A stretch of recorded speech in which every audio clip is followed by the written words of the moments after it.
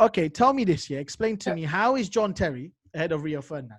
I need. I'm not gonna lie. I had to think about it forever. And like I said, I think there's arguments between even the top three of those. For me, it's between those two, but I think there's arguments for all the top three of those, like from my picks, that each one you could really. Who's your three? Adams. So in first place I got John Terry, then I got Rio Ferdinand, then I got Tony Adams. But I feel like you could make a case. It's that John. Look, you can't. I'm not going to put Adams in there because Terry Adams just played half the game. John right? Terry has done. They are very similar. That's the first thing I'm going to say. Not in terms of player style, like the type. One's very technical, and like I said, it's almost like a Pino Vieira experience for me. Like there's one that's more about like brutality, throwing body. Driving force, and that's not trying to take away from Rio. Rio is a fantastic captain. And actually, if you look at his career, he's been captain. Are you talking about John Terry? I'm doing the comparison between JT and Rio. Like, it is tough. Like I said, there is argument on either side, and I think what I've done is appreciated the same thing I've done with my Keane versus Vieira debate, whereby one is technically superior, but I felt like you can talk about both of them in the same breath, and it's where he's made. So I'm not trying to penalize his technical ability. But what I'm trying to say is, in terms of like bringing, like for me, I respect also the mental side of the game. I don't think anyone really talks about too much of the mental side of the game and the psychology and all of that. That's why I appreciate Rory Keane. Like when you talk about like bringing the focus onto you, making everything about you, allowing your teammates freedom to express themselves, and they both do it. But I just feel like one makes their game all about that, and that means that in a team, that particular player can achieve great successes, influence that team, and overall, Rishi, I think you would agree that the Man United team is better overall. Yeah, but John Terry was in that era where they were dominant. Chelsea were dominant. John Terry was, and John Terry's career. But he also played. Ferguson never played the defensive tactics, right? Jose Mourinho is known for it, dude. He's known to play that way. Okay, but in general, Man United's title-winning capacity is usually built off the fact that they have solid partnerships. No, it's true. It's true, but the way Ferguson plays, he doesn't play the way Mourinho plays. How Mourinho used to make sure that back line, he used to just cut. He used to make it as boring as possible. Make sure he just cuts the other team off so they don't even score a goal, right? And he used to do that's probably why he has the most clean sheets. But that's also a favour in his factor. Like I said, no, that doesn't favour in his factor. Rishi, one thing, bro. Terry has played under numerous of managers. That's something that I just want to remind you. Something that we're forgetting. Not just Mourinho. He's played under different managers, first of all. Second of all, there's two types of games that I've seen Terry play. One, where Barcelona, for example, come against Chelsea, dominating possession where we don't even get the ball. Terry plays it out differently. And there's another game where we dominate possession in the Premier League, where he's attacking, where he can ping those balls. So what I'm trying to say is his overall game. Rio's a better passer than John Terry. Okay, that's fine. That's fine. A fact. That's fine. That's your opinion, and it's probably right. But what I'm trying to say is I've seen two types of games from Terry that he can adapt to. I've seen him at the same age where Ferdinand was playing at QPR, him winning the Premier League at that age. Okay, so when I'm looking at the level of quality, I've seen him do it year by year. Who was John Terry's manager back then, by the way? When he first started. When he first started, when he won at that age. Mourinho. Mate, he's a defensive genius. All right, we've had managers after that. Okay. But the stat is, this is an eye-catching stat which you guys need to hear, right? I know sometimes numbers is not always everything, but in this case it might be, because you have Rio Ferdinand. He's played 503 games in the Premier League, right? 164. I don't even know the QPR games. I think he played like 16 or 20 at the end or something, right? But 164 games of those 503 are played with West Ham. And if you look at his stats, he's conceded less goals than any of the other defenders.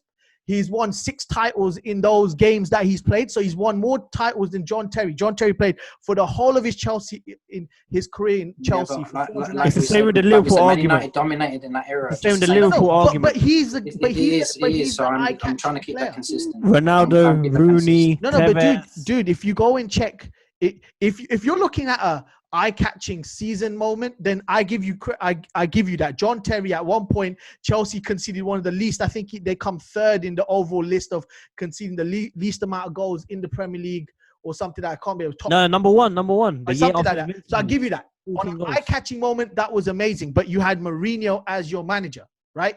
Who played not proven. What? He just won with Porto the Champions League. No, but he plays it's like this, right? If I tell my players to play 8 behind the ball, I'm not going to concede any. And then I say, Ferguson, that's not true. Bro. Hang on. One thing I just want to say. Just one thing. Mourinho came from Porto, won a Champions League. Chelsea who played very defensive. Hang on. Okay. Yeah. Chelsea have never won a Premier League. There's no experience. There's no they've never won that league. They've not got that mentality. They got an injection of cash. Hang on. Listen. Okay, here's why your argument's wrong. PSG got cash. Yeah.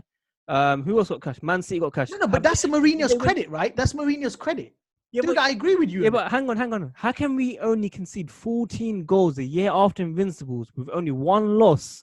You're telling me it's just for Mourinho's tactics? No. But okay, Suraj can back me up on this. I don't know if he agrees, but when you have a manager in the Champions League, you notice, and all these poor teams, they play more of a defensive role. Like, I don't know if you remember that Celtic versus Barcelona game where Barcelona couldn't score against Celtic, and Celtic put behind. That's Mourinho plays that game. If you watch him on cup games, especially, he plays to not concede. Even with United, he played to not concede. He can't play that all season, bro. And no, but you notice that when United fans got really annoyed with him, that's when he started to go attacking.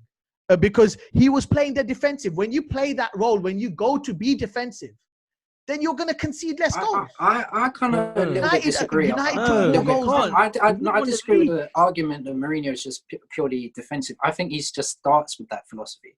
I think for him, he likes to initiate a team. No, but he likes to concede. He's tactically astute. He is defensive-minded. But those teams actually score a lot of goals once he gets everything in place. So I kind of disagree with the argument. It's the same for me. You start off with the back. Centre backs are solid. Full backs know their role. Goalkeeper is pretty good. And then you start building that championship winning side. And it starts from the back and it usually moves out. And most managers do play from the back. Not the same like Pep does with City and the goalkeeper. But the play starts from the back and moves forward. And even Man United with wing play or 4-4-2s or 4-5-1s. A lot of the play starts from the back. So for me, Mourinho, yes, of course, okay, defensive, because his main idea is he's a winner. So first of all, he's a winner, and he determines that to win, you start off defensive. I don't disagree with that. I think every single team, even if you're top heavy, he does that. That's his main thing. He's admitted to it on Sky Sports. Arsenal are top will all struggle to win the title if they don't have the centre back. I think every single team that's ever won the Premier League has done well because their back line has been solid. Like even the ones that have done the one season. Suraj, I think that's making my point to a certain level. But my point, what I'm trying to say is that you look at Arsene Wenger. Yeah, he plays more of a pass and move role, right? He never looked at his back line as much. He never played that sort of tactic. So you could score against him in the end. He did very well. He did. But he had great defensive midfielders as well. And what I'm trying to say is he made sure, like, he wanted to score more goals than the opposition team. That's why United and Arsenal games were like solid at one point. Okay. I think we should wrap this up because trophies, bro. I don't think this is an argument that can really, really, really, truly be won on either side. I just want to ask you guys one thing, though. I didn't hear you guys answer it. Are you telling me Mourinho came to Chelsea, put defensive tactics, means that we will win the title the following season? No. But you're saying title. Mourinho is a world-class coach. But it wasn't proven. Just because he came to Chelsea and no one had recognised it or whatever it was. Here's a quick example, right? Okay. We don't call them world-class till we can obviously see stuff, right? Or whatever it is. And you have to maybe prove it by doing different things. What you have to say is well done to the club that saw what they saw in the manager and took the gamble. And let me just compare that to Fergie and Man United. Where was Fergie before Man United? What did he do for that club? What stood out? If you think is it a Super Cup? He did well in the Then you realise why they went in for that talent, because they saw something that maybe if we give them better tools and a bit of money and whatever it is, and maybe we can change what they're doing on that such a tight level and turn it into a monster. And I think the same thing's happened with Jose Mourinho. Same thing happened with Pep Guardiola. Same thing with Sir Alex Ferguson. It's the same kind of strategy whereby really and truly the talent is there. They just haven't been able to utilize it to their full potential. You give them the tools to do it, and suddenly you can build championship winning sides. Did United win titles before Fergie? Sorry, say that again. Did United win titles before Fergie? A while. We were going through a very bad spell. No, Yeah. like we were good in different spells and eras, but no, we had gone through a very long drought of success. So no. Look, the whole Mourinho argument about he's not proven, dude. He took a Porto team I'm not saying he's. I'm not. and saying won the Champions League. I'm just That is saying. proven He enough. isn't proven in the Prem, Rishi. No, I get that. But he and took like I said, it is a he gamble. beat United. It is He beat United in the showing Champions faith, League. and you hope it 50 gets years, bro. repaid. Dude, he 50 beat years. United in the Champions League. Yeah, but You- Chelsea like, have regardless, not won the Let's bring the focus back to the players. So I would say, listen. So we're talking between JT and Rio Ferdinand, really 1 and 2. Yeah, we're not going to The agree. case can be one's won a treble. Both have had long careers. One's done doubles. One's done has won Champions League. One slipped during the Champions League. One has one has the most goals in the Premier League as a centre back, and the other one has a top tackling success rate in the Premier League. I think 63-8 or something. Rio Ferdinand is a success rate of tackling. So. And you say over 500-600 games. Okay, it's crazy, and really and truly, it's going to boil down to preference. And All right.